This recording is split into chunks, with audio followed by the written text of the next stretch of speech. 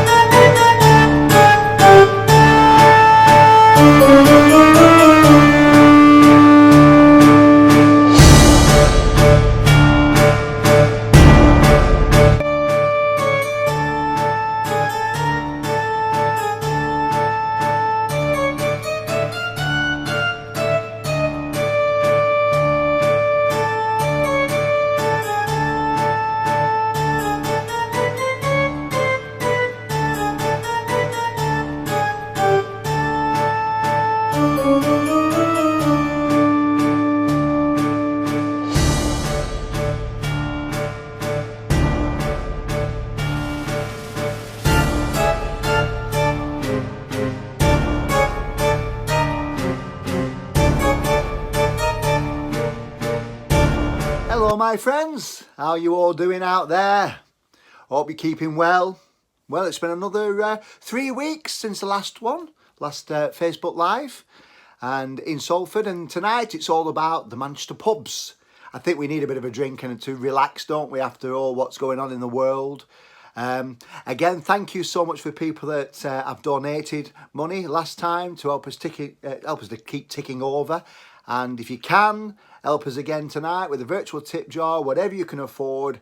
We're really grateful because this is how Flecky Bennett Productions is for the time being and for the foreseeable future by the looks of it. So let's forget about all what's happening out in the world. Let's get your drinks ready. Let's have a nice drink as we go around the pubs. Let's go over to Flecky. It's Flecky, it's Friday, it's Flecky Bennett Friday, it's Flecky, it's Friday, it's Flecky's Fright Night.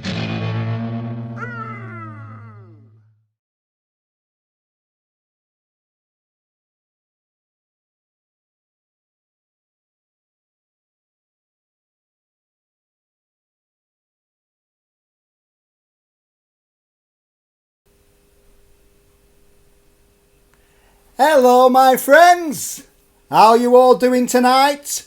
Flecky Bennett here on this wonderful Friday night. Oh, it's good to see you all again. Let's have a look at you. All the usual suspects are here. Yes, let's take my glasses off. I can't see bugger all with them on.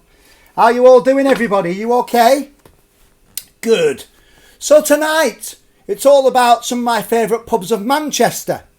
And all to do with the city centre, because I know some of you have been on my different ghost walks in Didsbury and Chorlton and other areas, and we go into haunted pubs and stuff, but this is all about the city centre of Manchester.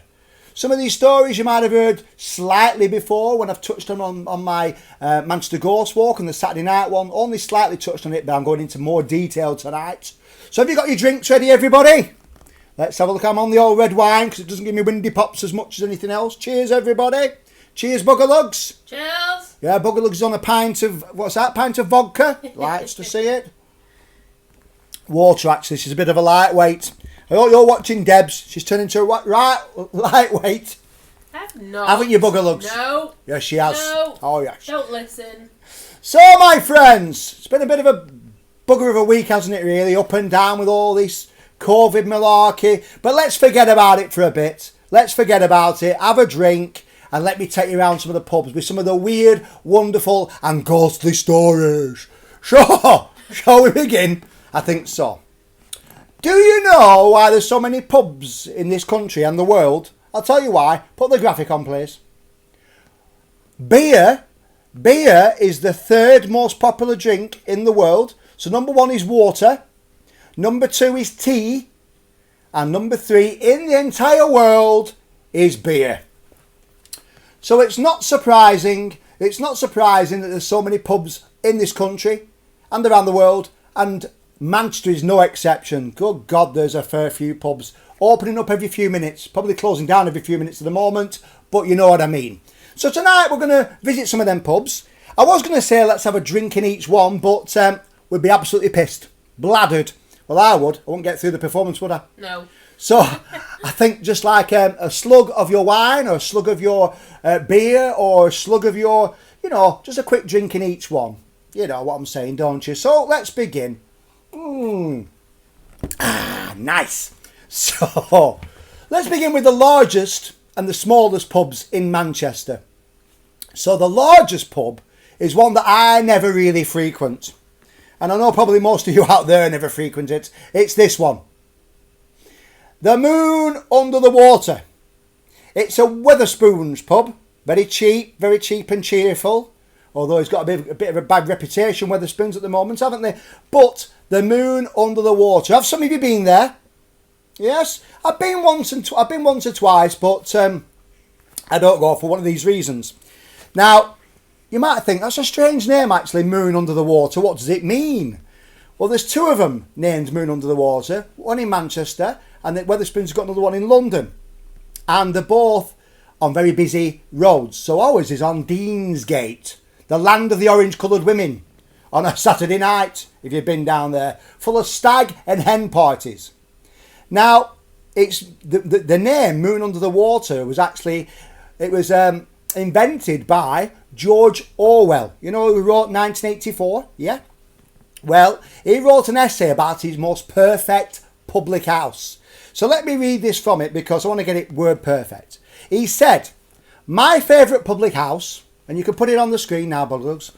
My favourite public house, the Moon Under the Water, is only 2 minutes from a bus stop. Well, that's quite true. There is a bus stop outside Wetherspoons. But it is on a side street. And drunks and rowdies never seem to find their way there. Even on a Saturday night. Bullshit. Ooh, George Orwell must be spinning in his grave that Wetherspoons decided to name after his most perfect pub. Because if you've been to Wetherspoons on a Saturday night, as I say, it is stag and hen city. It really is. The rowdies don't get there, my God. This is what it looks like on a Saturday night in Manchester. Now, you might have seen some of these images on this before. I've had to put this on because I think that sums up Manchester on a Saturday night. That was taken a couple of New Year's Eves ago. The original picture with that guy led there in the middle of the street with his bottle of lager next to his hand. And then there was that couple that were having an argument at police on top of them. But somebody geniusly, is that a word? Geniusly? Yes. It'll do, won't it? Geniusly has added extra figures that they've captured on different nights out. So there's a guy there being carried away with his pants hanging down. There's a woman, I think it's on the left-hand side of the picture, with some kind of inflatable walking frame, I think. Yeah, it looks like one of them Zimmers. Like a Zimmer. There's it's brilliant. There's people looking unconscious on the floor. That's around Deansgate and Manchester on a Saturday night. Well, it used to be. It's probably not like... Well, I don't know. Maybe it is like that. It's probably why we're going into a second lockdown, because it's still like that. But, yeah, Moon Under the Water. Imagine picking the name after George Orwell's perfect pub. And I'll just quote it again. He said... Put it back on the screen. It's on a side street. Well, it ain't in Manchester. It's on Deansgate. And drunks and rowdies never seem to find their way there, not even on a Saturday night. Bloody hellfire. If you've been in there on a Saturday night, it's just bright orange women, wall to wall, with them great big lips like a baboon's ass everywhere. So, George Orwell, I'm sorry, but they didn't respect you. But many years ago, that same building, which is the largest pub in Manchester, that same building would have been quite quiet. George Orwell probably approved of it then because it was a cinema. And it was the Deansgate Picture House. There's a picture of it. So it's not changed very much. I mean, they took all the seats out inside and things. But yes, it was called the Deansgate Picture House. And I think I would have been there most of the bloody time. Oh yeah, let's have some music. Yes, we're inside the pub now, aren't we? Here we go. Whoa! Here we go. 50p jukebox. Yes, now come back to me, Buggerlugs. Hang on. You've been a long time on that picture. Yeah, right. Alright, we're all trying to have a drink here. I've only got one pair of hands. Okay. We've got the music back on now, the jukebox. Let's have the music when you go around the pubs. Yes, it used to be the Picture House. I think I would have been there most of the time because it specialised in Hammer House of Horrors and Carry On films. Now, I know Carry On aren't very PC these days, and I suppose Hammer aren't really because there's quite a lot of nudity. But my favourite of the combination of Hammer Horror and Carry On films has got to be this one. Carry On Screaming. I bloody love it. Flying tonight. But not only that, it stars Harry H. Corbett, and I'm a massive Steptoe and Son fan. So it's the only one that he ever did for Carry On. But yeah, they did that as a sort of a send-up of the Hammer films. But they're sort of connected, the two companies were sort of connected. So I would have been in a Deansgate Picture House every week because I love Hammer and I love Carry On films. So yeah, it would have been quiet then. Let's have a look inside. It's still absolutely gigantic. If you've been in there, you can go upstairs, as you can see now, as you're looking at, and that would have been where the balconies were, looking at the screen. And I don't know if you've been in there years ago, but last time I went in, where somebody's taking that picture from, where they stood doing that photograph, there was a balcony with mannequin dolls on. Sorry, mannequins, but mannequins of Coronation Street people, like Bette Lynch and Betty Turpin and stuff. Some of you may remember that. But it's regarded, well, it was the largest public house in Europe, but it's been trumped by another one now, by another Wetherspoons actually. But talking about the largest, that's 8,000. Let me get it right. Just speak to me, me spirit guide, Fanakapan. Fanakapan. How big is Moon Under the Water? Like 8,800 square feet. Now we're going to go to the smallest one now, which is 500 square feet. Quite a bloody big difference, isn't there? And some of you might have been there. Let's go in now. Circus Tavern. Oh yes, come and join me. Have a look at the woman behind the bar. Oh no, is it the sign next? Is it the sign? Yeah, the sign. Yeah, let's have a look at the sign. They've actually got painted on the side of the building that it's the smallest pub in Europe with the largest welcome in the world. And the barmaid behind the bar. So when you go in, there's just one little bar like that. She looks a bit spooky, doesn't she? And then past there, there's two little tiny rooms. Let's sit in there. There you go. I'm having a quick drink in there, everybody. Oh, it's like I'm there. It's like we're all there, isn't it? Look at us. We're inside the Circus Tavern. Oh, come back to me, Buggerlugs. Come back to me. Oh, cheers, everybody. Let's have a drink while we're in here. Is there many people on? We've got 51. 51. Are we all having a drink? They're all having a drink. Cheers, everybody. We're now in the Circus Tavern, everybody. The smallest public house in Europe. Hey, a bit of umpire music going on. Oh, nearly spoilt me drink then. I'm not going to get as bad as the Paris one. I'm not going to try to anyway. So, yes, we're in the Circus Tavern.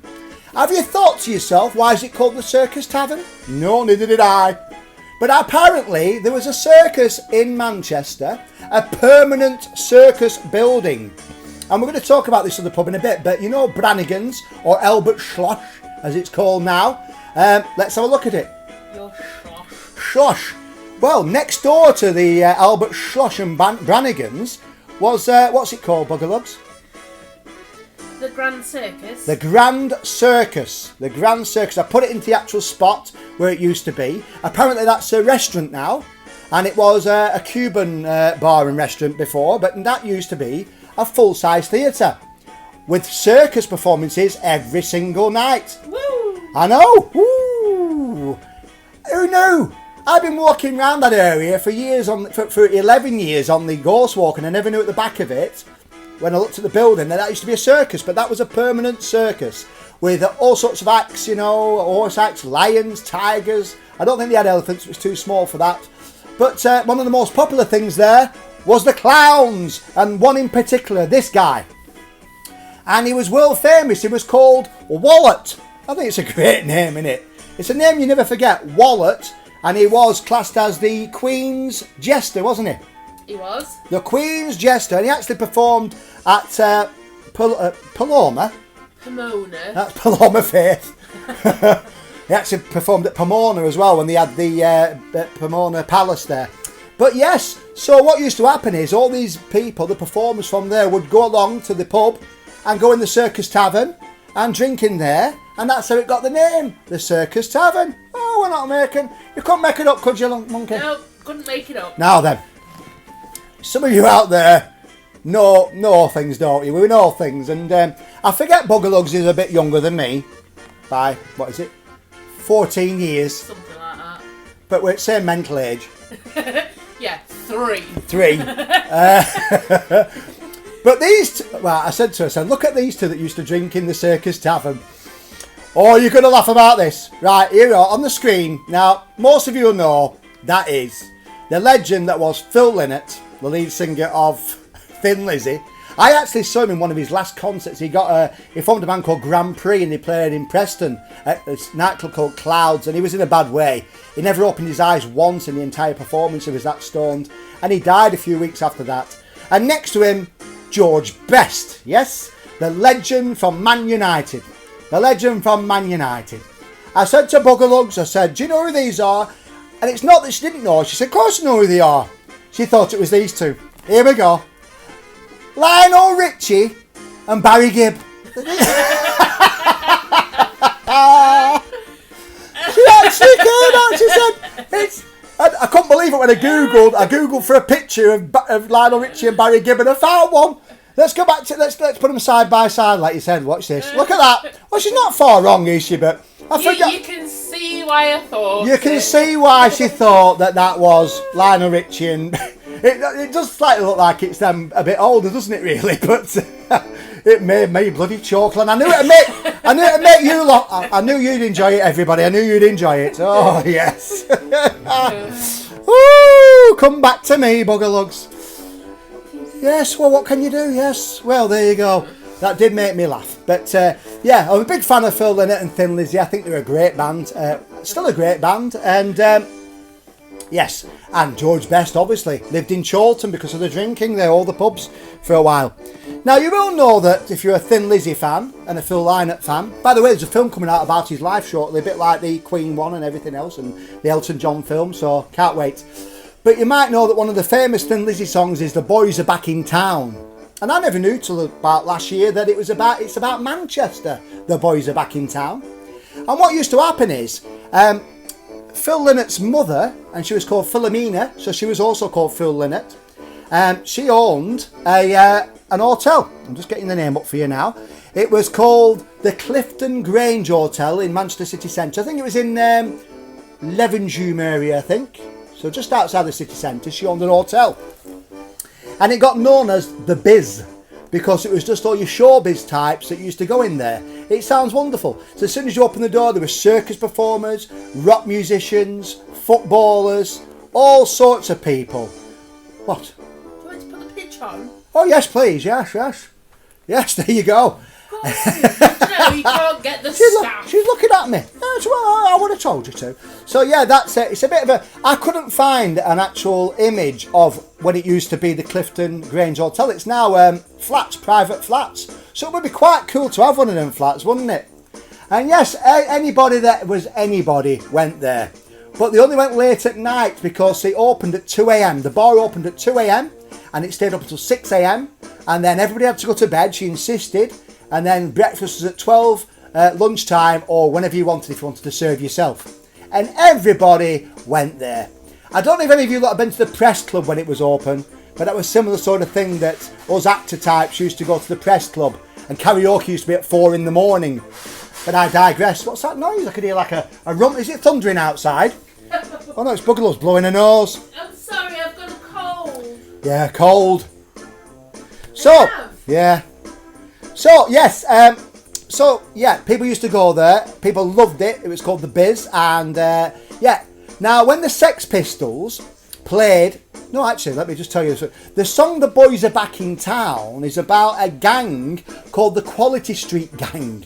And somebody said they were called that because they were real big characters and they looked like eating full tins of Quality Street. But the actual reason was they were very dapper. They were full of quality. And this is a picture. I mean, that's only 3 of the gang members. I mean, well, I suppose you could be a gang with 3 of you, couldn't you? But anyway, they were big friends with the Cray twins. And they were operating for the Cray twins in Manchester, apparently. So they used to go along to the Biz at 2 a.m. in the morning and mix with George Best and Phil Lynott, and they all used to, and they said they were great guys to get along with, but you want to cross them on business, you know what I mean? So the song is The Boys Are Back in Town, spread the word around, said in a night dressed to kill, Quality Street Gang, that's what it's all about. But I'd have preferred if it was about these people, because the Sex Pistols played in Manchester, one of their first gigs at the Free Trade Hall. And none of the hotels in Manchester would put them up for the night, apart from, Phil Lynnott's mum in the hotel, in the Biz. So she put them up, said they were lovely, lovely lads, and she was the only hotel that would take them on board. But most of them bands that played at the Free Trade Hall, like the Sex Pistols, used to love a pub that was just behind the Free Trade Hall. And it was called Tommy Duck's. Let's have a look at it. Tommy Duck's. Do any of you lot remember Tommy Duck's? Well, let me just tell you, while we're looking at that picture, you can see painted on the side of the building, it says Tommy Duck's. Now, that was by accident. It was supposed to say Tommy Duckworth's, but I think the sign painter was a bit pissed, and he hadn't worked out how much space he'd need, so he only ended up getting Tommy Duck's. And he said to the landlord, he said, I'll leave it as that. So then it was known as Tommy Duck's by everybody. So it became Tommy Duck's by accident. So let's have a drink, everybody, in Tommy Duck's. Raise your glasses, everybody, raise your glasses. What are you on out there? What are you on out there? What are people drinking? Anybody saying what they're drinking? I've not seen anything so far. No, lovely, lovely, lovely. Yes. Did any of you go in Tommy Duck's when it was open? Yeah? I bet some of you did. I did. I'll never forget it. I've not got over it, to be honest. I haven't. I was telling Buggerlugs, I said, you've not heard this. I haven't told you this before, because it's a bit, well, you'll find out in a second. But, yes. So, Tommy Duck's.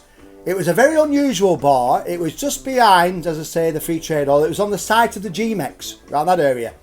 It was in Manchester for over 100 years. People used to love it. It was full of real characters. But they went in for 2 reasons, because it had 2 quite unusual rooms. In one of the rooms, and let's have a look as we go in there, there was a full-size coffin, well, not a full-size, an actual coffin with a fake skeleton inside and a glass lid on top, and a bit like the Tavern of the Dead that I told you about in Paris, and my performance too. So people used to love leaning on it. You used to be able to lean on it with your drink like that guy is. I'd have a cigarette and stuff. You look at them graphics, it's wonderful.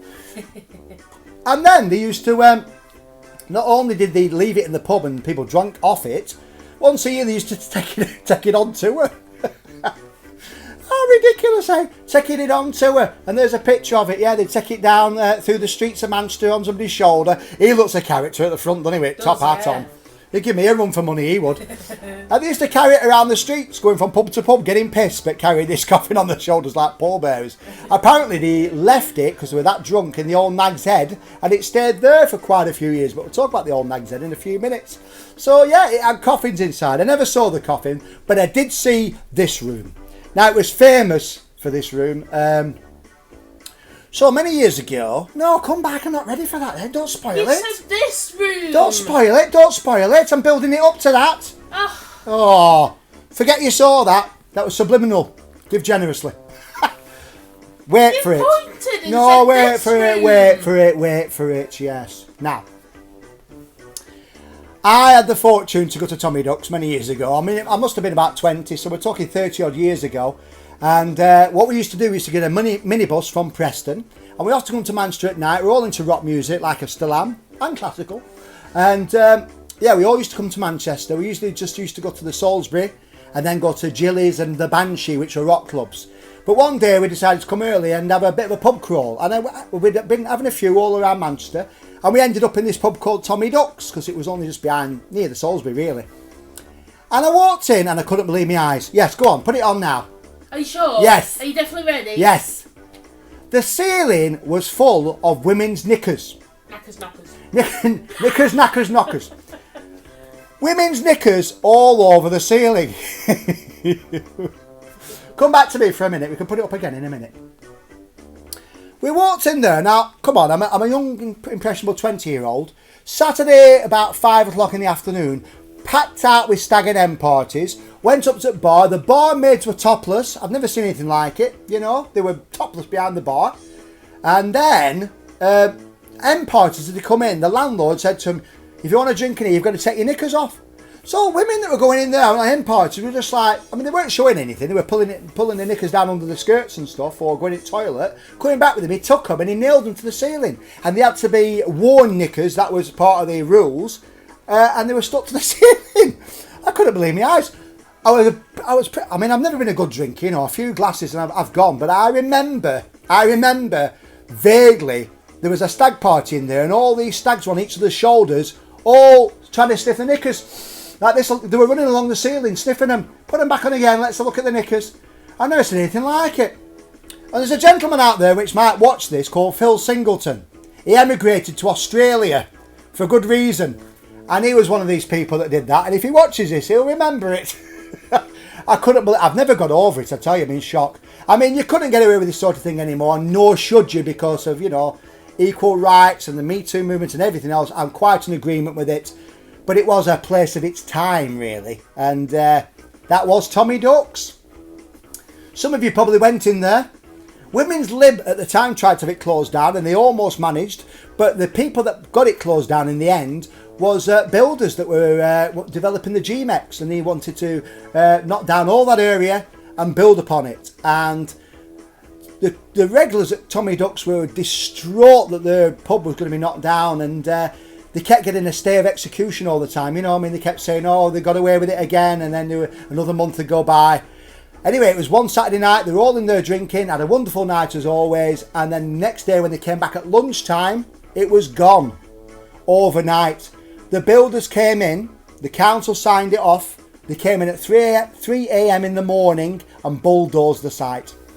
So it was gone forever, Tommy Duck's. Some of you out there said, good, I'm glad. And maybe you're right, but it was full of characters and very strange. Cheers, my friends. So, tonight we've got a new feature. Are you singing it tonight? Yes. Are you ready for this? Go on, sing it. Flecky Fact. Flecky Fact. Oh, yes, this is a new part of the show. Well, you know, I know the other things are facts as well, but facts about alcohol tonight. Oh, yes. Now, do you all know, I bet you don't, I mean, we all know about alcohol and stuff, don't we? And it's measured by proof, isn't it? Most bottled beers, you know, like the size of a Budweiser bottle, the standard size, I think it's 330ml, isn't it? A 330ml bottle, I'm right, aren't I? Yes. Yeah, 330ml bottle, and it's usually between 3% and 10% proof. That's what the beers usually range from. This one is the strongest beer in the world, brewed by a Scottish brewery, and it's 67.5%. Let me say that again. 67.5% proof. Let's have a look at it. It's called Snake Venom. That's just a normal size bottle of beer. 67.5% proof. And guess how much it costs per bottle? Well, you can't buy it apart from on Amazon and eBay. £40 to £70 per bottle. And it advises you not to drink it like out of the bottle. You've got to drink it in shot glasses. Now, if you do go on YouTube and put in people drinking snake venom, there's quite a few videos of people trying to drink it, and it's meant to be gut rot. They're going, oh, I can't. One guy managed one shot. He went, oh no, it's enough for me. He said it's like drinking pure. He said like white spirit, really. So God knows why it's classed as a beer, but it is. 67.5% proof. I mean, wine, that's 13% proof. That's for a full bottle, isn't it? That's 67. Cheers, everybody. I'll be leaving a top-up barmaid in a few minutes. Aye. And I'm not talking about Tommy Duck kind of barmaids, okay? Sure, my friends. That's leader. That's yeah, okay. Now, I touched on it before. That was the wrong place to put that, wasn't it? I'm going to change my light slightly. Hang on a minute. Hey, actually, now that we're going to another pub, we're going to Albert Schloss next. Let's go back. Can we go back to that circus one again? Yeah. Now, as I said before, the circus. What's it called again, Buggerlugs? I can't remember it. The Grand Circus. The Grand Circus. That building that you can see there with the blue and white shutters. That is now Albert Schloss. So, my friends, come back to me, Buggerlugs. Let's have a bit of disco lights for this. Here we go. Ooh. Crank the music up a bit, Buggerlugs. Hey, we're partying tonight. Woo! Oh yes, here we go. Let's turn it down again, they won't be able to hear me. Top me up there, Buggerlugs. That's too low. Put it up a little bit more. Pass me a little bit. Oh my gosh. You can't get staff, I tell you. Hey! Top me glass up when you're ready. Righto. So, oh, it's giving me an epileptic, that is. Let's put that back onto red. So, yes. Now then. Probably a lot of you have been in Brannigan's when it was open. It was regarded as the most haunted public house in Europe. There's a lot of claims to be that, as you know, but they also claimed it. Now it was a pretty dodgy pub when it was Brannigan's. It was it's full of stag and hen parties, and it was full of football fans and stuff like that all the time. But they did it up, and now it's called Albert Schloss, and it's a really posh pub now. And they have burlesque nights, and some of the audience that may be watching this tonight actually dance there. But let's have a look at it. Let's have a look at it from street level. So as you can see, Albert Schloss looks like a normal public house from street level. But raise your eyes to the level of the heavens, and you will see it is a full-size church. Leave that on there, Buggerlugs. It's a full-size church, and that church was the passion of the Reverend Collier and his congregation, which was the largest Methodist congregation in the world in the 1900s. Now, as I say, it's regarded as one of the most haunted pubs in Europe. The staff say that they've seen glasses levitating behind the bar before they fell to the ground and smashed. The owner had 2 dogs, and they won't go upstairs into the church or down into the cellar. They just whimpered and cowered. And the staff were always pushed by unseen hands. So it's incredibly haunted. Now I stand with my audience on the original Monster Ghost Walk at that point, looking at it, and you see that top tower. That top tower is supposed to be haunted by the ghost of a child killer who was called Godfrey Parks. Now we have got I couldn't find it today because it's on an old iPhone or something, but somebody took a photograph about 9 years ago of that tower one night when it was boarded up and derelict, and you can clearly see a man leaning out of that top tower window. But that is the upstairs. Now, it's a wonderful music venue now. Wonderful music venue. I've seen the Ministry there, the Cult, and loads of other bands.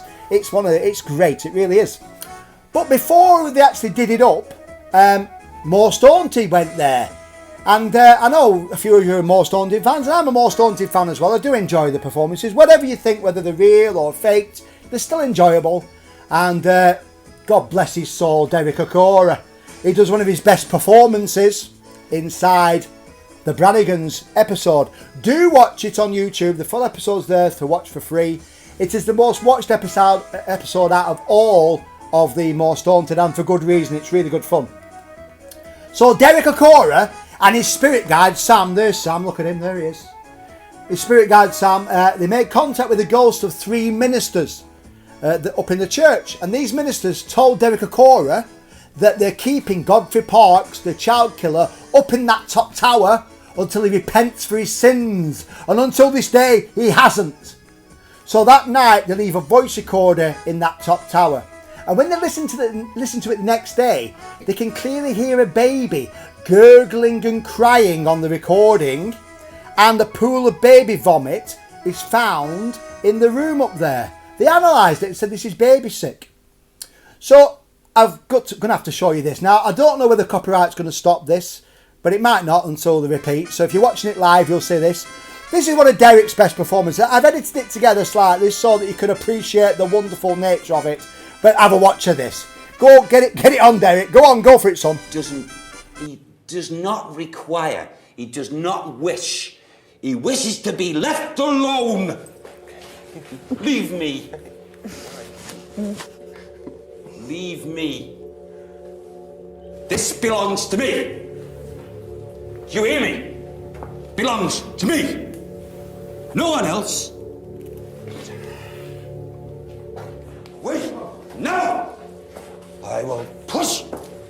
you! Damn you!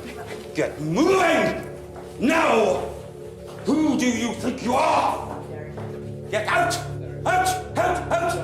Out! Get out of here! Get out of here! Leave me! Leave me! Leave me! Get you away! Get you away! Derek. Get you away! Derek. Heaven! Derek. Hallelujah!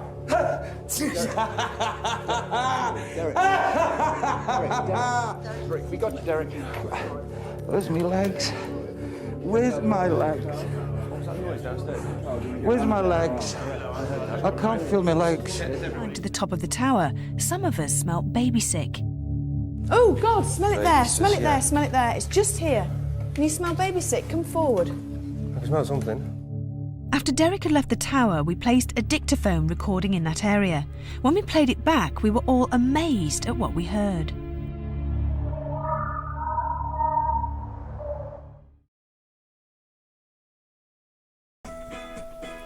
Hey, hey! Woo! Come on, monkey. Give us a bit of a dance. Woo! Where's my legs? Where's my legs? Oh, it's a great bit of Derek Acora there for you. Where's my legs? Wonderful stuff. I'm sorry, Lola, it's not Mary Loves Dick. that's unfortunately not in the Brannigan's episode, but it's a classic, isn't it? But yeah, he's done some cracking performances. Maybe not. I mean, I do believe that Derek Acora had some talent, but he knew how to turn it around to make it entertaining. And I remember going to see him when he was at the height of his fame. We went, me, my ex at the time, and Paul Oscar, my friend, went off to watch him at the. He sold out the Opera House, I think, 3 nights in a row. That's how popular he was, and you know, it was a bit like Clinton Baptiste. Is anybody out there called John? Anybody called John? Anybody called John who's married to a Mary? And all these hands going up. Fading now, fading now. But, of course, I mean, Clinton Baptiste is based on Derek Acora. Fading now. You alright? So, yes. Let's have a drink, everybody. Cheers as we're inside Albert Schloss. No, it's a really good episode, actually. If you want to watch it, YouTube, Brannigan's. Well worth watching. Most Haunted. So behind Brannigan's, are we on that one? Yes, I think we are, yes. Is a pub called the Sir Ralph Abercrombie Inn. Hey, God, they're coming thick and fast, these pubs now, aren't they? Aren't they just? Hey, let's get inside. Let's get inside it, everybody. Let's get settled. Let's get settled. And we're inside. We're inside. Cheers, everybody. I'm going to be pissed. I'm half pissed now. I've had 1 glass of wine. Cheers, everybody. I'll try to get through this performance without slurring my words. Sure, my friends, sure. The Sir Ralph Abercrombie Inn. It's just behind Brannigan's or Albert Schloss. And I'm not pissed, that's what it's called, Albert Schloss. Yeah, Sir Ralph Abercrombie Inn. Now, it's famous because, well, I talked about the Sex Pistols before, and they played at the Free Trade Hall, which is now can't remember what hotel it is now. Well, it's a 5-star hotel now, isn't it, the Free Trade Hall? But on that site in 1819, 40,000 people congregated to listen to the MPs of the day discussing the corn laws. Oh, it's very exciting. Corn this, corn that. There was a party atmosphere like tonight. And but the police and the MPs believed there was going to be a riot. So they assembled the Manchester military. It was just made up of drunken shopkeepers and tradesmen who themselves had been out drinking all day. And it looked like this. I've done this graphic for you. The Peterloo Massacre. These Manchester military just charged into the crowd of 40,000 and they sliced and chopped up men, women and children. Legs were flying one way, arms were flying the other way. One gentleman got his nose cut off. How's he smell now, Buggerlugs? That's correct. That's a bit of the cue line there. Come back to me now. So that's what happened on the site of the Free Trade Hall, round where the GMX is. You'll know there's actually a new monument to the Peterloo Massacre there now. How many of you have seen the film Peterloo? Probably have, haven't you? Here's a little story I'm going to tell you before I go into the next bit. Don't tell anybody. I remember a few years ago when I was doing the Underground under the Barton Arcade, this actor contacted me by email and he said, I'm about to do a film about Peterloo Massacre and your performance is sold out in the underground. Any chance you could fit me in? I went, no, I can't really. I'm limited, you know, health and safety. I'm sorry I can't. He went, oh, fair enough then. And then we watched the film Peterloo, and he's only the bloody star of it. What's he called again? Neil Bell. Neil Bell. Oh, I said Neil Bell. It rings a bell. I said, it rings a bell. Neil Bell. I thought that rings a bell when the credits came up at the end. And yes, it was the guy that wanted to come on the performance. So I've met him a few times since then. I love the guy, Neil Bell. It's a great film, Peterloo. It's a long one. It's 3 hours, and it stars Miss Manchester herself. You know her that's always performing at the Maxine Peake Theatre. Oh no, sorry, Royal Exchange Theatre. Maxine Peake. But it's a good film. But do watch it. It's a really authentic film about the Peterloo Massacre. Now I'm telling you all this because obviously all these people were cut out and sliced and chopped, and there were 400 people injured.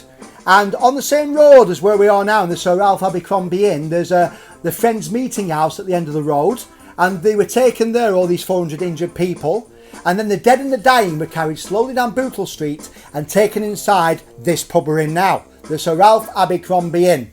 They were led on top of the bar, on top of each other, last orders and last rites at the same time.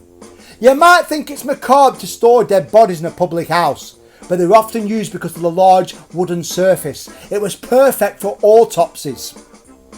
The landlady of this pub told me many years ago that at 3:30 a.m. every single morning the ghost of a man walks through the centre of the room.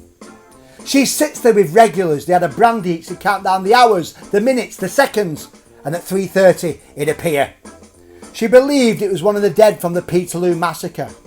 This is what it might look like if we went in. She challenged me. She said, come on in, Flecky. Come on in and have a look. And that's, yeah, can you imagine it? That's me there inside the pub with that bloody ghost behind me. Would you do it, you lot out there? Would you go in there at 3:30 and wait for a ghost to wander through the room? I know some of my friends out there definitely would. But he is supposed to be one of the dead from the Peterloo Massacre. Yes. So, my friends, cheers, everybody. So it's time for one of Flecky's facts again. Flecky fact. Oh, yes. Now then, this has got to be the most grotesque beer I've ever heard of. Ooh, it's making me gip just looking at it. Just looking at the queue line. What's coming next? Now, beards are quite popular again, aren't they? I mean, look at mine. I could join ZZ Top with this one, couldn't I? Buggerlugs, his brother's got an amazing beard, and he has a company, doesn't he? Beard company? Buxton. Yeah, it's on the back burner at the Oh, moment. because of COVID. Yeah. Well, but anyway, big bushy beards are a big thing, aren't they? But in America, you know, a lot of these, like these rednecks and stuff, they've had big beards for years. And this guy started brewing beer from yeast that was growing in his beard. Beard yeast. Let's have a look at it. And there you go. It's called Beard Beer, and it's made, what does it say there? Made from 100% beard yeast. Yeah, made from 100% beard yeast. Can you imagine that?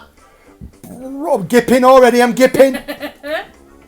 Oh, come back to me. Oh, I had to swallow that then. Ooh, a little bit of sick came up then. Would you drink beard beer? Oh my God. Cheers, everybody. Apparently it tastes really nice, but I won't chance it, you know what I mean? I think I'll have a different coloured light. I think I'll go back to green for a bit. Yes, so beard beer. Nastiest beer I've ever heard of, apart from probably the last beer that I'm going to mention tonight. So yes, behind, the next street behind Sir Ralph Abercrombie Inn is the old Nag's Head. Let's go in there, Buggerlugs. Here we go now. We've got to go into another pub, everybody. Time for a drink. Come on, everybody, we're in there. Let's settle down. Come on, back to me, Buggerlugs. I'm waiting for my audience. Cheers, everybody, as we sit inside the old Nag's Head. Are you as blooded as me, everybody? I'm getting there, you know what I mean? I'll never finish this. We might be here all night. Might be like Ken Dodd, watching the sun rising. Are you alright, Buggerlugs? Yeah, Auntie Pam can't join to watch. Oh, she can watch it later. Auntie Pam can't join. We'll find her after. So yes, we're inside what's called the Old Nag's Head. This used to be, it's one of the oldest pubs in Manchester. It used to be 2 pubs, the Old Nag's Head and the Market Tavern on the right-hand side. Then he knocked them through to 1. But it's got an amazing, and I've not been there, and I'm ashamed to say this because every time I go there, I'm usually on the performance and I walk past it. But on the roof, they made a great beer garden. Let's have a look up there on the roof. Come on. And there's Rowetta, who sings for Happy Mondays. I think she was in the X Factor, wasn't she, or something like that as well. And as you see that wall behind you, it's fantastic, isn't it? It's full of Manchester icons. I think they should take Noel Gallagher off there because of his anti-vax and anti-mask stand, but you know. But as you can see, there's all different faces there. Legends of the Manchester scene. I really want to go up there. I know some of my friends have been up there and said it's a wonderful atmosphere. But I'm going to talk about the complete opposite side of the building. So from the very top to the very bottom, under the street, into the cellar. Now this pub as well was used to house the dead from the Peterloo massacre. As I said, it was perfect for storing the bodies and then for the autopsy on top of the bars. And a few years ago, the chef needed to go down to the cellar to get some baked beans or something. And as he went down there, now you can leave the sound on. When he went down there, he was confronted by this.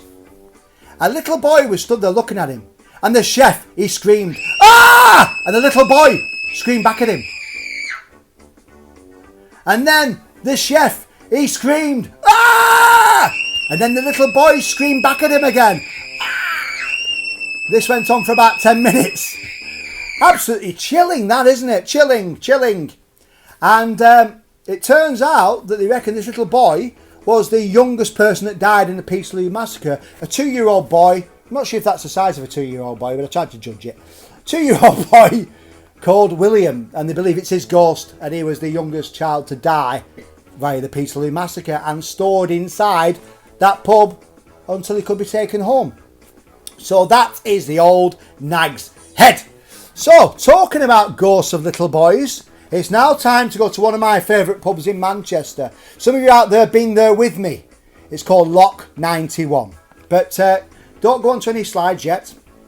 She's looking what it is now.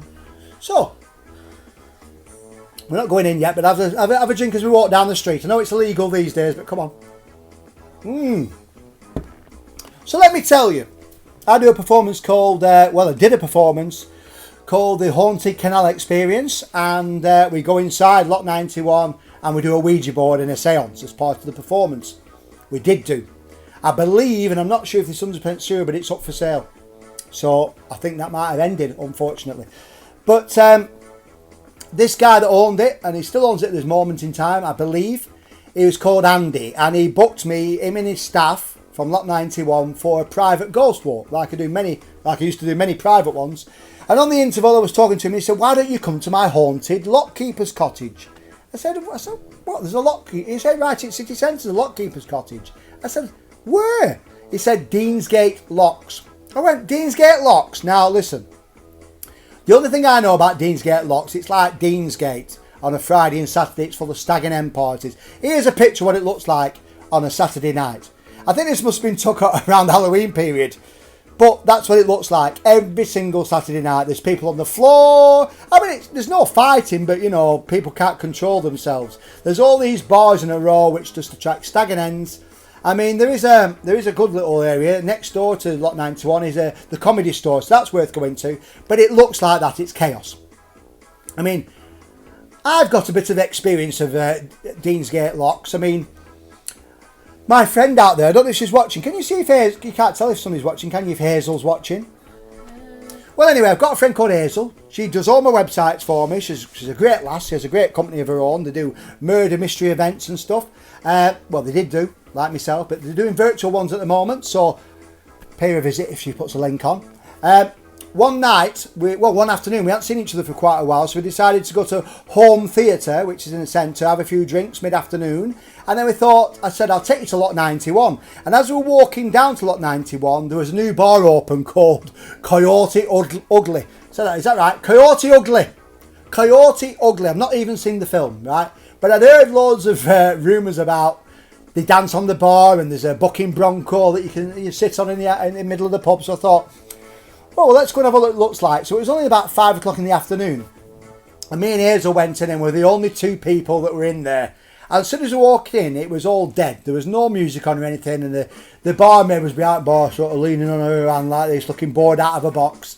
And then as soon as she saw us, Whitesnake came on. Here I go again on my own. And she staggered, she's like, sort of like limped onto the bar. I mean, she was struggling to get on it. She had cowboy boots on and a cowboy hat. She got a hula hoop from somewhere. And imagine, there's just me and Hazel waiting to be served. And this is the barmaid who's serving us. And we had to look up at her like this. And she's trying to spin this hula hoop to Here I Go Again by Whitesnake. It kept falling out at the floor. She's trying to dance, but this woman had less bloody talent. She had no rhythm whatsoever. And I've not got much rhythm, but bloody hell, I mean, she's supposed to be a dancer. I just went, I said, whoa. I said, whoa. I said, you don't need to do this for us. Honestly, it was embarrassing. Imagine being two people watching somebody there trying to dance to Whitesnake. I went, whoa. I said, you can come down. She went, I can't. Even if there's one person, I've got to dance. I said, well, you can't. You don't have to dance for us. Anyway, song ended. She came down onto the floor. So we couldn't drink them quick enough, could we, Hazel, if you're watching? And I'm sure you watched the repeat or whatever. We couldn't get out there quick enough to put the poor girl at rest because we didn't want her to have to dance for us. It was something else. It was worse than Tommy Ducks. Anyway, it didn't last very long. Apparently it flooded, but there's other rumours why it closed. But anyway, it didn't last very long at all. It's already gone. I digress. So Andy said to me, I've got a lockkeeper's cottage on Deansgate Locks. I thought, where the hell is that? And then this is it. Look how beautiful it... Oh, no, hang on a minute. Have you had Coyote Ugly? No. I'll just have a quick look at Coyote Ugly before we move on. I mean, that gives you a bit of a sense of what it looked like. There's the dancers. I don't know what that guy is doing. Is it... What corner is it on yours? Bottom left. Bottom left. I don't know if he's looking up a skirt or he's about to puke or something. Oh, but I tell you something, it was rough. And the bucking bronco wasn't working. It had already broken a week in. Probably a good thing anyway. Oh, cheers everybody. We're about to go in. Oh, you've been in Coyote Ugly, so let's have a drink for that. I'm forgetting there's that many pubs. I can't keep up. And let's have another drink now because we're going into this one. Put it on, bugger lugs. Yes, so that's his beautiful lockkeeper's cottage. And that is right next to the Comedy Store, if you know where that is. And I bet some of you maybe have walked past it and never seen it. That's the beer garden with them lovely little lights around, and that's the lockkeeper's cottage. I was flabbergasted when I saw it, flabbergasted. And this is it from the other side. And that's from the street side, that's how you enter it. So you can see it there. It dates back to 1802. It's a grade 2 listed building. It's absolutely beautiful. Various people have owned it over the years. You've had Mick Hucknall from, is that Orphan Annie? That's her from Annie, isn't it? Well, that's her from Annie, but Mick Hucknall, he's owned Simply it. Red. Yeah, Simply Red. He had his. By the way, if you didn't know this, but I didn't know this for a while, that why is Simply Red called Simply Red? Because he was saying I'm simply a Red. I'm a Man United fan. That's the word. I bet all you Simply Red fans out there are going, oh God, I'm a City fan. I can't like him any longer. But anyway, he owned it as his record company offices at one point. And then Sir Alex Ferguson, talking about Reds, his son Darren Ferguson owned it as a office for his football. He was a football agent. I think he manages the football team now. Then it was a solicitor's. Then it became a garage. I don't know how that worked. But it's a beautiful, beautiful building. Now, the guy Andy that I told you about did a private performance for. He said, well, I said, how did you manage to get this? He said, well, I made quite a bit of money being a male model, and he did all the catwalks in Paris and Milan. He's a handsome bastard, just like me. If you ever see him, you'll know which one is him. And he made his money and he invested it wisely, or maybe not so wisely now after COVID, but he invested it in buying this lockkeeper's cottage. It was derelict when he bought it, and he decided to save some money by doing it up himself. He said, it was summer. He said, I was mid-afternoon one day, I was inside there, all the doors were locked, I was inside, I was painting one of the internal doors, and I felt a presence to my right-hand side. Put the dry ice on, buggerlogs. Let's have some dry ice for this. It's time for a bit of spooky story. Are you ready? Just wait a minute, dry ice. Here we go, look at it. Oh, it's coming now, it's coming now. Here we go, we're not playing games. Here we are. We'll just waft it around, come on now. It's still not good up. You haven't put the fan on, have you? No. I'm getting a draft over here. Here we go, here we go. Get the dry ice across. Oh, we're getting a bit. Seems to be staying down here, doesn't it? Can't get it on me. Anyway, he was there painting a door and he felt a presence to his right-hand side. He thought, what's going on? So he turned to his right, and stood next to him was a little boy. Grey cap, grey shirt, grey pants. And Andy just said, oh, the door's locked. How have you got in? How have you got in here? Who are you? He was absolutely gobsmacked. This little boy just giggled and then ran up the stairs. Andy ran after him going, you can't be running around in here. Followed him, and this little boy disappeared into a solid brick wall. Now Andy thought, have I imagined this? Have I had too much wacky? I don't know. Oh, hey, we're off again. I'm on bloody fire. So yes, so this little boy disappeared into the wall, and it is a dead end. He told the people, his staff and stuff. They said, oh, Andy, have you been drinking or what? He said, no, I saw this little boy. And then just after they opened, the DJ was upstairs in the function room, and he told me, this was his own personal account, he'd been doing doing some music for a wedding. They'd gone about 2 o'clock in the morning. It was about 2:30. He'd gone into the toilets up there to have a little whittle before he was setting off. Stood by the side of the what's it called, the urinal, and then he sort of looked out the right hand side of the corner of his eye, and he saw this little boy, grey cap, grey shirt, grey pants, looking at him in the corner of the room. He went, oh my God! This little boy just giggled again, ran off, and he took chase after him, and he disappeared into the same wall. Now this happened twice. Andy, his brother, I think he's a shareholder of the business. His brother said, Flecky, he said, I don't believe in ghosts. I couldn't believe what Andy told me. He said, it's ridiculous. He said, but one night, I was helping Andy working behind the bar. It was about 2 in the morning. We'd ordered a Chinese takeaway. We were sat in the downstairs room. We were just tucking into my beef chow mein. And he said, I could just sense something to the side of me. He said, I turned, and he was there, the little boy, grey cap, grey shirt, grey pants. And Andy then took over the conversation. He said, I just looked at my brother and he'd gone white. And I just said to my brother, you've just seen him, haven't you? And he went, He couldn't finish his dinner, he told me. He upset his stomach so much. But that's this little boy. So, I started doing performances there. Some of you out there may have come on some of my haunted canal experiences when it was open. And I started doing a Ouija board and a seance downstairs in the haunted room. Now, on one of the first performances, we were there, and I never touched the Ouija board because obviously if I touched it, you'd think I was pushing it, wouldn't you? So the audience were there, 3 audience members had their fingers on the planchette, which is a triangular piece of wood, and I just called out the questions. I said, the little boy that haunts this building that's been seen twice, can you spell out your name for me? And he put P-E-T-E-R, Peter. I went, oh, thank you, Peter. I said, how old are you, Peter? He went, 5. Right over to the number 5. I went, thank you, Peter. I said, do you mind me asking, how did you die? And he spelled out F-I-R-E, fire. So we're all quite shocked, you know, we stood there with the audience, and then I always said to the audience, anybody got a question you'd like to ask? So somebody said, right from the back, what was your favourite food when you were alive? I thought, oh, here we go. So the planchette started moving, it went Q, then it went U. I thought, oh my God, it's going to spell quorn out here, quorn. And it spelled quail in the end, it spelled quail. So he said his favourite food was quail. Quite posh for a 5-year-old boy, isn't it? Anyway, you know, you never know whether these things are faked or whatever. Not faked in the way that anybody, but people's imaginations might be running wild, and who knows? You don't know. I explain to my audiences, you know, there's a scientific reason why they work and a paranormal. But this is one of the exceptions to that because I couldn't work out how this worked. The next day, a woman that was on that performance said she worked for birth, marriage and deaths department. And she said, I've done a bit of research. And the lockkeeper's cottage is number 9 Century Street. That's its actual address. She said, I found out that in 1959, a Peter Daniel Bell died in a fire there. Aged 5. Did I not say age 5? Age 5, thank you, Buglugs. Age 5, so 5, the name, and a fire. So, I mean, nobody knew that the night before. And she showed me the documentation that proves that that's what happened. I didn't know it. The audience didn't know it. You know, if I'd have said to the audience, that's what happened, and then it started moving, you think it's, you know, they're pushing it subconsciously to them letters and words, but none of us knew that. So how do you explain that on a Ouija board session?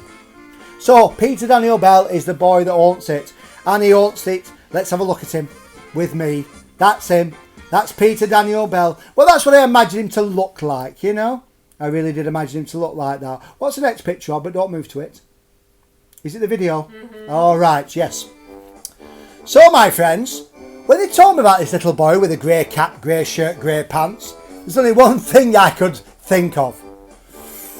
This scene from a film called Insidious.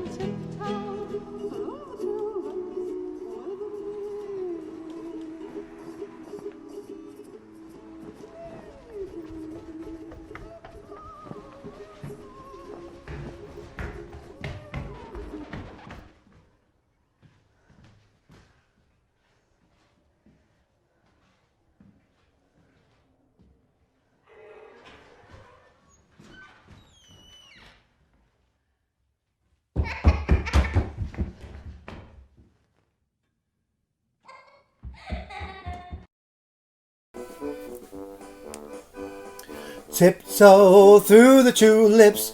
Oh, I love that song, and if you've been on a few of my performances, I use it. It's coming out of my musical codpiece.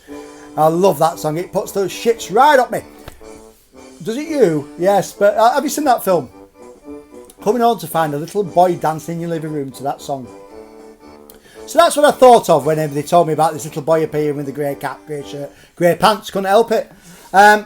Also, he's not the only ghost that haunts that place. When Andy first opened as well, he said I was there one summer afternoon and they've got like this wonderful beer garden. I showed it on there. Have a look at that first picture again of the lockkeeper's cottage. You can see that where the lights are around. Well, it's beautiful sitting there on a summer's night. And he said that there was this woman and she was stood in the corner of the beer garden and she was chudding away to himself. He just thought, well, maybe she's got mental health issues. Maybe she's just talking to herself. And then she came up to the bar and said to Andy, she said, the lockkeeper that used to own this cottage, he likes what you've done to it. He's very proud of what you've done. And he thought, that's a bit strange. Then she disappeared. Then her husband came to the bar and he said, sorry if my wife scared you, but she's a medium and psychic and she believes that he was talking to her for quite a while. The old lockkeeper was talking into her ear and telling her how much he loved it, and he's brought it back to life, and it's more like the home that he used to remember. So Andy's done the old lockkeeper's ghost proud, and that's the old lockkeeper's cottage. Yes, indeed. It's time for you again, Buggerlugs. Flecky fact. It's a Flecky fact again. Cheers, everybody. Before we have a Flecky fact, this is nearly a bottle now, by the way. Hope you're all joining in with me at home. Well, it was a pub crawl. Now, before, as you saw with that snake venom, 67.5% proof. That's the way that beer and alcohol is, the strength's tested, isn't it, in a thing called proof. Have you ever thought, what the hell does that mean? Yes. You don't think about these things till you start doing the research about them, and I thought, right, where does the word proof come from? And it's this. Put the picture on. Sailors, back in the day, used to drink a lot of rum, and they used to believe that their masters would water the rum down in the barrels before they gave it to them. So what they would do, they would get a small glass of rum, mix it with gunpowder, then try to light it. If it didn't light, that proved that it was mixed with water and it was weak. But if it did light, it was proof. It was proof that it was full of alcohol. And that word has been kept ever since. Proof. It's a proof that it's full of alcohol. Yeah, great fact that is, isn't it?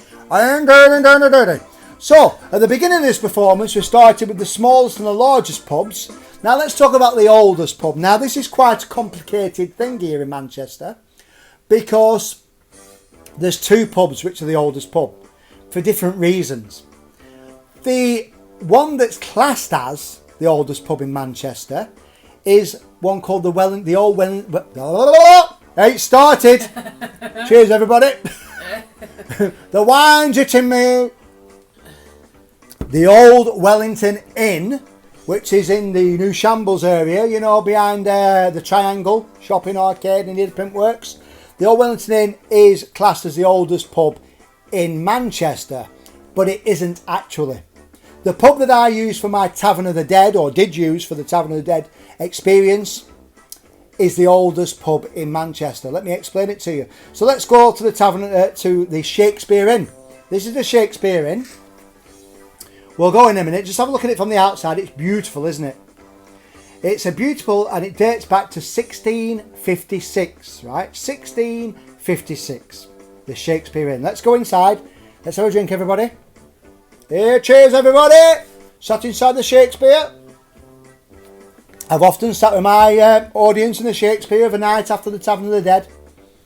So we're inside the Shakespeare Inn now. Built in 1656. However, it wasn't built in Manchester. It used to live in Chester. Yes. By the way, just saying about Chester, we're going to bring the virtual bus tour back, and we're going to be doing Chester. You didn't know that, did you? I didn't. No. Well, get your driving licence ready. We're going to drive round the city walls in the bus. Yeah, you got that. Anyway, if you've been to Chester, you'll know it's beautiful. And there's a main street with all these rows of shops that are on 3 levels. I think it's called the Rows, if I'm correct. And at the bottom of that used to live the Shakespeare Inn that's in Manchester. However, in 1656 it was called the Shambles Inn, and they were going to demolish it in the 1920s. So Manchester said, we'll have it, don't knock it down, you know, don't demolish it, we'll have it. So they took it down piece by piece, brought it to Manchester, rebuilt it on that spot. I think it was 1929. Built it on the site it's in now. It's opposite Prime Orney, and next door to Pizza Hut, I think. And so they built it on that spot. So the actual pub dates back to 1656, but because it hasn't been in Manchester all that time, it can't be classed as the oldest pub in Manchester, which is it's a bit strange, isn't it? But it's incredibly haunted. Now, it's haunted by 2 spirits. And you'll know if you've been on the Tavern of the Dead, we try to contact them via a Ouija board and a seance, and I do a part of the performance I do about Paris and stuff, which you can watch on the Paris virtual bus tour. But if I do end up with doing it again, I will be back in there with a Ouija board, sat around a coffin with my audiences. But it's haunted by 2 people. Now, these happened in the 1890s, this tragedy, when it used to live in Chester. So we think it's to do with the stone tape theory, that that spirits come with a location. If something tragic happens, they come with it. And what basically happened was, in 1890, there was a woman called Scarlett, and she was the maid, probably the sort of the landlady as well in a way. But she was closing down the pub one night. And she worked there for quite some time now, Scarlett, when it was the Shambles Inn in Chester. And last orders was 8 p.m. in them days, about to become 10 p.m. when we had the curfew very shortly. But 8 p.m. was the last orders. And there was a chef there called Thatch, big brute of a man called Thatch. And he kept asking Scarlett out for a drink after they finished, work. She kept politely saying, no, it's okay, I've got things to do. She lived in one of the top rooms at the pub. Anyway, one night she'd been in the pub, 8 o'clock, got all the customers out, blown out the candles, gone up to her bedroom, got changed into her nightie, lit all the candles in her room, and Thatch was in the kitchen cleaning down, and he must have had a few drinks because he got a bit amorous, and he decided to try his luck once again. So he walked up to where Scarlett's bedroom was, which is the room we sit inside and Tavern of the Dead, knocked on the door, she opened it, he said, can I take you for a drink? Can I come in for a drink? And she said, no, I'm not interested. And he did, unfortunately, the worst thing a man can do to a woman. He forced himself upon her. Then pulled up his pants, left the building, walked out into the night. Scarlett was so upset and so distraught about what had happened to her that she just took a candle and lit the bottom of her nightdress. Up she went in flames. And the next morning, her burnt, charred body was found in the middle of the room. Now, in them days, lots of people died being burnt to death because sparks used to fly out of fireplaces. People used to set themselves on fire with the candles, and all clothing was highly flammable. So they just thought it was a tragic accident, and Scarlett was buried in a pauper's grave in Chester. The chef obviously didn't say anything about what he'd done, but it must have been eating away at him night after night after night. So one night he went up into that same room, threw a noose around the beam inside that room, put the noose around his neck. Let's see what it looked like. You've got that image there, haven't you? And he swung from side to side. And he committed suicide in the same room that Scarlett committed suicide in a few weeks earlier, swinging backwards and forwards. And the thing is, they're quite low beams, so it would have been a horrible way to die. You'd be dancing on the rope for 20 minutes because such a small drop. It wouldn't break your neck, you'd suffocate slowly. But quite, you know, the right way to die for somebody that done that to somebody else. So this pub is haunted by them two spirits. Scarlett was her name, Scarlett the maid, and Thatch. However, people didn't know her name for many, many years because when this ghost is seen, she's seen on fire. She's known as the Girl on Fire. And that gives you a bit of what it looks like. She's been seen in that area there. Look at me, I'm terrified. She's behind me. She's seen running through that bar area on fire. She's been seen in the room which I sit in with my audience in the corner on fire. And the beam above our heads where Thatch took his life, you can hear it creaking and cracking. There's a paranormal company called Ghost Dimension. I don't know if any of them are watching me tonight, but I did an episode of Ghost Dimensions with them where we went investigating, and they captured what they believe is Thatch's voice of the recording shouting out. If you want to watch these episodes, there's an episode about Lot 91 and Shakespeare in. It's on the website. Go to manchestergoldsport.co.uk. That's also the place where you can leave a tip. But if you go along and put in the media, where it says media, you'll see these episodes are there to watch for free from YouTube.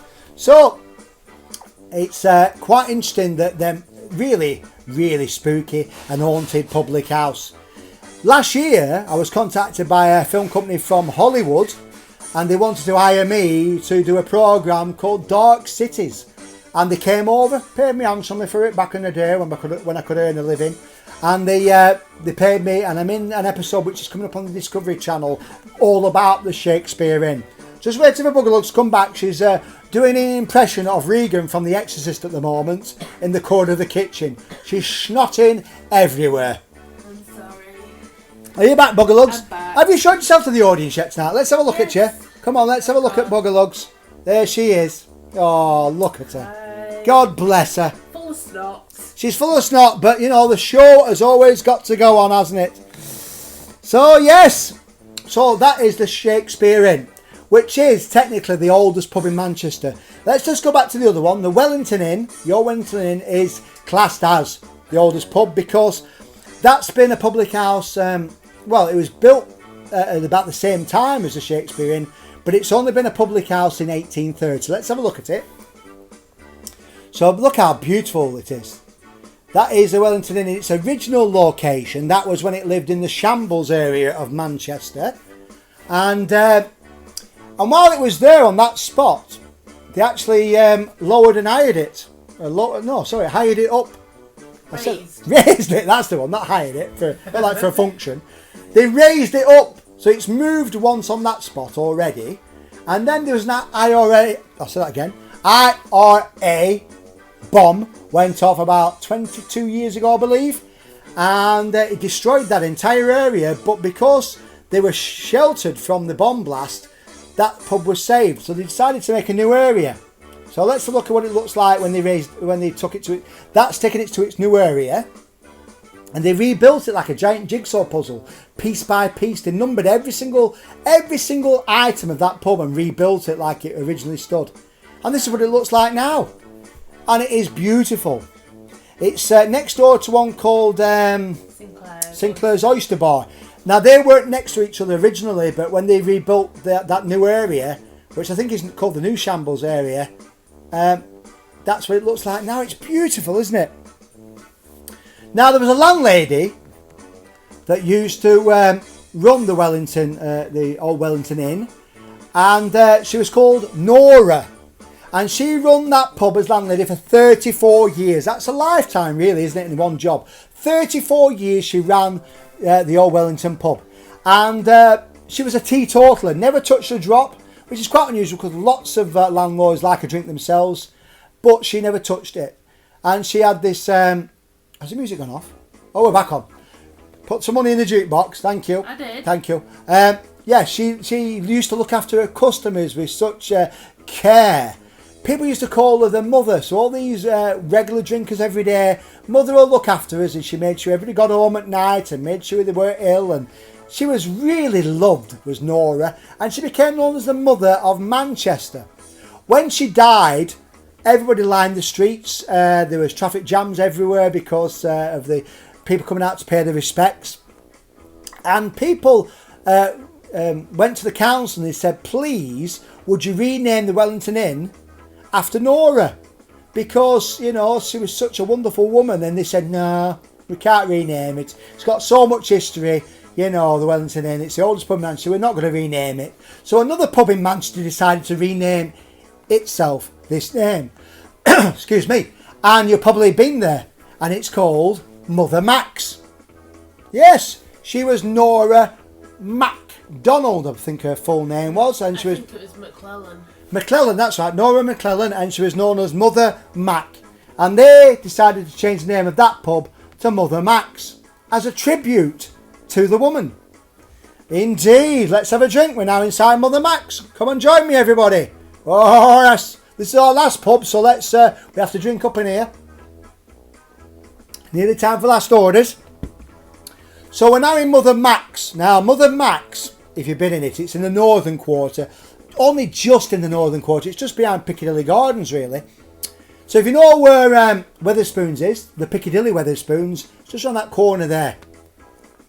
So Mother Mac's was named after this wonderful landlady that was loved by everyone. And they named this pub after her as a tribute to her. But I tell you something, she wouldn't be happy about having this pub named after her because it's got a terrible reputation. I'm not talking about the people that go in there. I'm talking about something that happened in 1976. I've never known anything like it, really. In 1976, the landlord was called Arthur Bradbury. And he was sacked for some reason. I don't know why, it doesn't go into details. He was sacked and the brewery said he's got so many days to take him and his family out of the accommodation and leave Mother Mac's. This guy did not want to leave. I'm going to put my red on. It's quite a gory story. He did not get some dry ice. Let's build it up. Let's build the tension. This guy, Arthur, said, I'm not leaving. And he became a bit of a squatter for a while. I'm not leaving.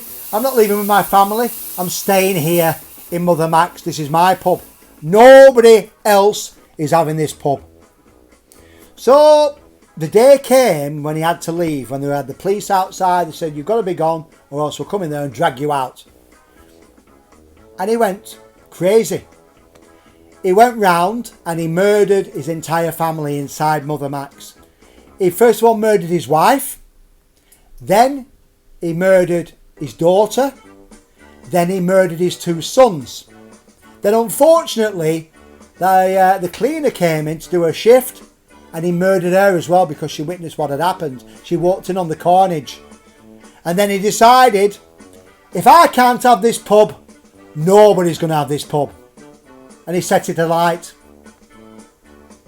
And this is what it might have looked like. He set it alight and he stood there with the bodies of his family and he stood in a room until he set alight himself, and that's the way he died. What a tragic... Well, it's no kind of tribute to Mother Mac, is it, really? And that's what happened. And they managed to save most of the building. The charred bodies were found and they rebuilt it. And it's still there. Apparently it's been done up quite recently and it's now a hotel as well upstairs. So you might even get a chance to sleep in the room where he murdered his family. Not a good thing to do. Now they don't shy away from this fact. Even outside, on the outside of the pub, there's boards up which tell you all the story about Mother Mac's. It tells you all about it. Inside the pub they've got the newspaper cuttings from 1976 where all the newspapers talked about what happened inside Mother Mac's. because it had never been heard of before for a landlord to murder his entire family and one of his staff. So they're quite proud of the fact, well, not proud of it, but they don't mind talking about it. One previous landlord used to give it out when you went for a pint, used to give you the actual flyer with all the information on. So that's Mother Mac's. So I'm pretty sure that Mother Mac was an angel of a landlady, but he was terrible. He was a landlord from hell. And out of all the pubs in Manchester that could be named as a tribute to that wonderful Mother Mac, the mother of Manchester, it just turned out that she picked the wrong pub, took her name. So my friends, raise your glasses everybody. Now that was our last pub for tonight. And I don't know about you, but I'm always hungry at the end of the night. I know we've had a few people today talk about, can we have a virtual kebab? Well, I'm always ready for a takeaway, aren't you, Buggerlugs? End of the night, kebab, pizza, burger, But not tonight, you don't need it. Because the worst beer I have ever heard of might come to the rescue. It's time for another Flecky fuck! She's got this, she's singing it like a trooper. Who needs to go to takeaway when you can finish your last drink of the night with one of these? Mamma mia, it's pizza beer.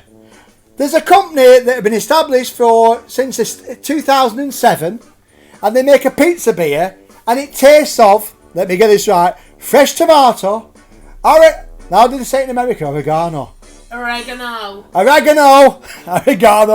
basil and garlic. Hey, imagine having a beer to end the night that tastes like a pizza. Well, you might as well just blend the pizza up when you get it and put a shot of box. Oh, you dirty get. So I hope you've enjoyed Flecky Bennett's trip around the pubs of Manchester tonight with some of my great stories. I know if some of you have been on the performances, that goes into a bit more detail of some of the other ones. It's been great seeing you all again. Has anybody got any Q&As for us tonight, or shall we bugger off? Let's have a look if you want. I need to do the thing. Well, she's putting on the details. What time are we on? We are on 20 past 9. Yeah, we said till 9:30. Anybody got any questions they'd like to ask? Anything at all? I'm up for it, you know what I mean? While I have a drink, don't worry about it. Let's have a talk.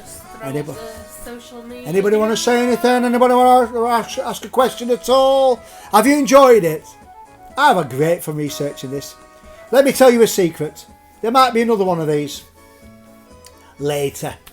But I think it'll be the virtual ghost bus next. Because a lot of people say they love going in the virtual ghost bus. And it needs a run out. It needs a run out, doesn't it? Because you don't want it to seize up. And a lot of, there's too many people doing York things. I mean, my God, all the time it's York. What's it called? Deathly and Bloody, and there are all these different people. I'll tell you something, if I was in York, I'd be making a bloody fortune, because people don't think Manchester and Greater Manchester are spooky, but we are. So I thought, let's go to Chester with the ghost bus. So that's going to be the next one, Chester virtual ghost bus. Let's just see if anyone's got any questions. What about Halloween pub crawl, just in case? Well, I think there's a bloody good chance that there's going to be no Halloween performance. I can almost guarantee it, Equity let all those actors know that the government, this is last week, intends on opening all live performances without the need for social distancing and masks on the 1st of November. Do you think that's going to happen? So, if you can help us again with a virtual tip, I would really appreciate it. We're on bread and dripping again tonight, right back to square one.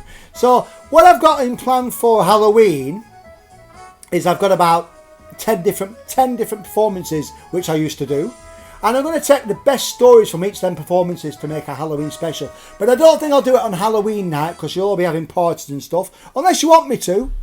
But I'm thinking about the night before Halloween, maybe. But any questions? Any other ones? Yeah, Venom wants to know, what's the strongest beer you've had? Well, Venom, how are you doing, son?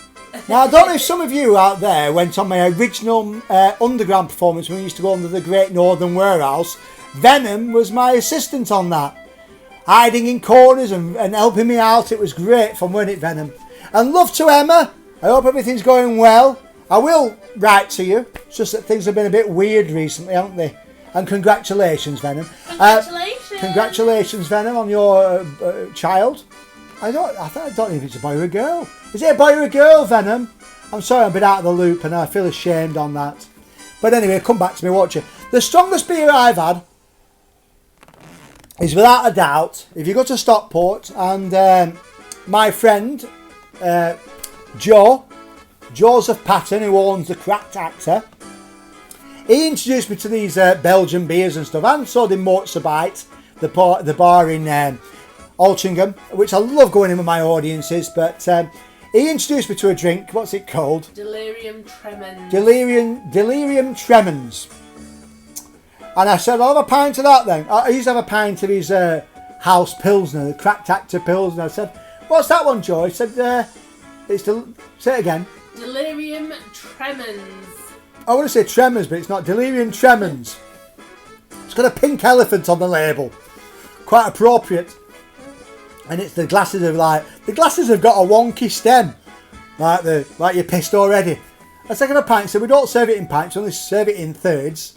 I went, oh well, and because I take a lot of audiences in there for a drink, I usually get a few scoops for free. I said, oh, that's all right then, I'll have a third. I didn't know it was so bloody strong. What is it, about 10%, isn't it? Something like that. Ooh. Oh, it goes down quite easy. And I was there with this third of a pint. I went, very nice. I had a second one, and I do not remember going home. That's Buggerlugs have gone back to her mum to visit her mum in Buxton, right? So I was on my own. I'd had no other drink all night, so I just had two thirds of a pint of Delirium Tremens. And all I remember is, I vaguely remember leaving the Cracked Actor, and then I vaguely coming round in a takeaway in Gorton, eating a kebab, and then waking up next morning.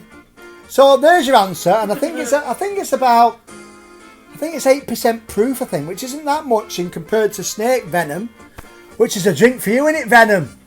Venom, by the way, was the guitarist, and I still maybe, because they might get back together again in Uncle Rotter and the Rotter Bands. So he's one of my mates. Good to hear from you, Venom. Any other questions before we go? How far afield would you do a ghost walk? What, a virtual one or a real one? We don't know, do we? A real one, I suppose. Well, virtual ones have gone to Paris. I'm even thinking about doing one in, where's all the witches in America? Salem. I'm thinking about doing maybe a... that'd be good for Halloween. Well, I'm thinking about a virtual Ghostbusters of Salem. Why not, eh? We can do anything we want. Especially with the wings. We can fly there now, can't we, Buggerlugs? Yeah. With the Valkyrie wings. I don't know. It all depends, doesn't it, really? I mean, I don't want to be too far away from, from my base here in Gorton. But, I think the furthest to go away is probably Bolton and Altrincham at the moment. But, never say never. I've even thought about maybe doing one in, where the Brontes from? Haworth. Because there's another guy that's... You're testing me tonight. Yeah, so Haworth, I know, thank you, that's what you're there for. So, let's have a last question then, Buggerlugs.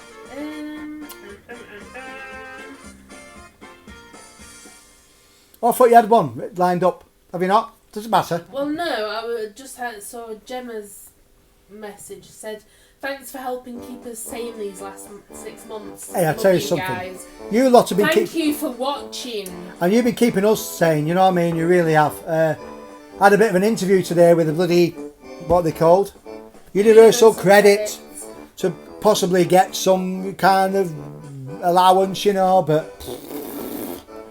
It's really difficult, especially when you're on your own business because, So if you can help out, donate please. Hope you've enjoyed it. These are our lives at the moment. This has took me 3 weeks this time to put together. Hope you've enjoyed it.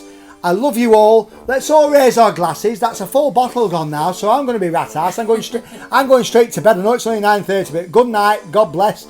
So it's been great. It's been great seeing you all. If you have enjoyed it, please tip. And if not... Well, I'll see you next time. Hopefully you'll enjoy it next time. But see you for a virtual bus tour of York in 2 weeks. Not York, say that again. Virtual bus tour of Chester in 2 weeks. See you later, my friends. It's Flecky, it's Friday, it's Flecky Bennett Friday, it's Flecky, it's Friday, it's Flecky's Fright Night. It's Flecky, it's Friday, it's Flecky Bennett Friday, it's Flecky, it's Friday, it's Flecky's Fright Night.